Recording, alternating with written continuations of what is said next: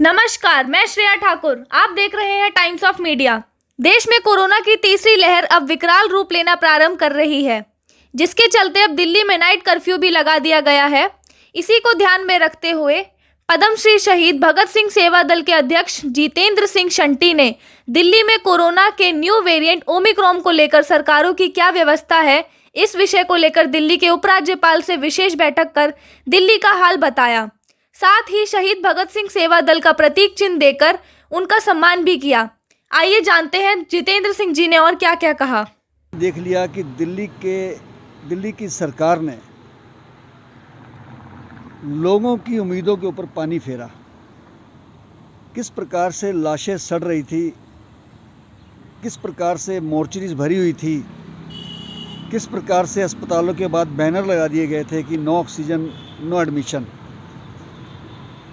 शहीद भगत सिंह सेवा दल जो 25 साल से सेवा कर रहा है, उसने वो मौत का तांडव देखा और उसमें कूदा और अपनी सेवाएं देश के लिए, देश की जनता के लिए निष्काम और निस्वार्थ दी।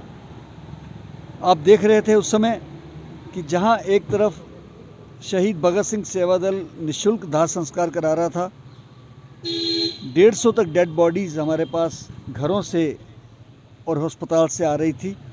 बिना किसी सरकारी मदद के हम वो सेवा कर रहे थे, लेकिन वो तांडव मौत का इतना ज़बरदस्त था, फिर भी अस्पताल वालों का और कई लोगों का दिल नहीं पसीजा। किस प्रकार से अस्पतालों ने 25-25 लाख के बिल बनाए, फिर लाशें देने से मना कर दिया।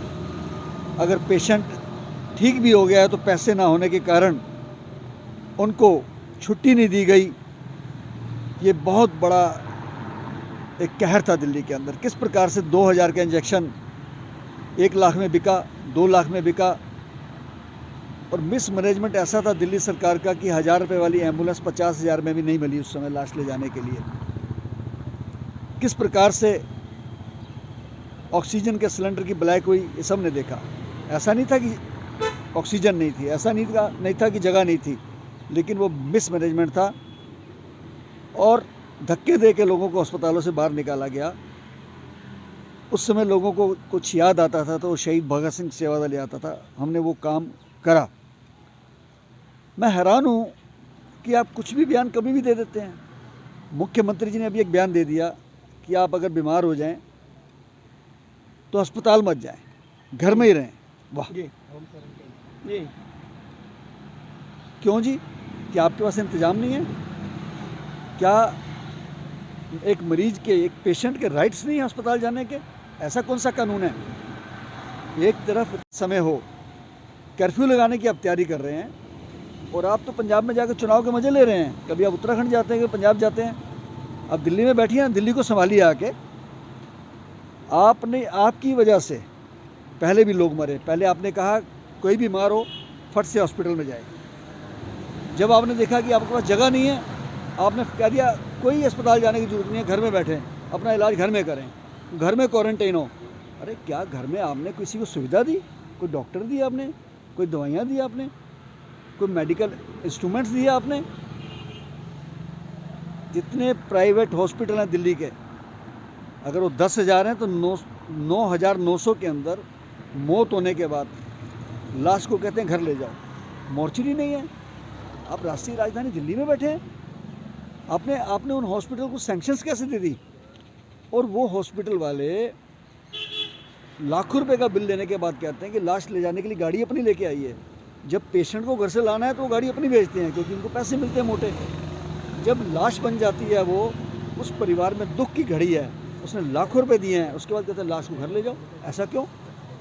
तो ये दुविधाएं हम देख रहे हैं जो पिछले समय से, और हमने पूरा प्रयास किया।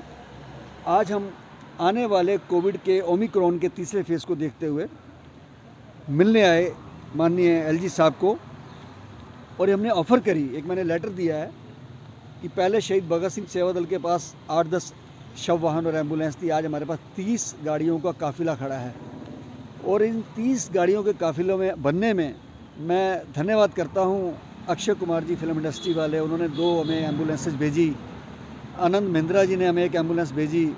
बजाज एलियंस ने एक हमें एम्बुलेंस भेजी, स्लीप वेल ने एक एम्बुलेंस भेजी, MM पाल सिंह गोल्डी जी ने एक एम्बुलेंस भेजी। मतलब ऐसे ऐसे लोग आके जुड़ रहे हैं जो आज सेवा करने में हमारे साथ जुट गए हैं। त्रिलोचन सिंह जी ने भेजी है, ढिल्लों साहब ने।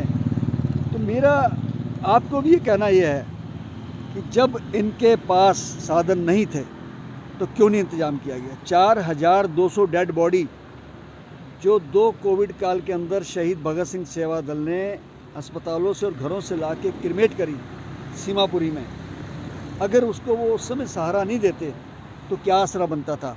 आज हम LG साहब को रिक्वेस्ट करके आए हैं कि चाहे वो डेड बॉडी दिल्ली पुलिस के थ्रू हो, लावारिस हो, अस्पताल में पड़ी हो, शहीद भगत सिंह सेवा दल निःशुल्क उस सेवा को करने के लिए, देश के लिए, समाज के लिए, मानवता के लिए तत्पर है। हम अपनी निःशुल्क सेवा ऑफर करने आए हैं। बहुत बढ़िया।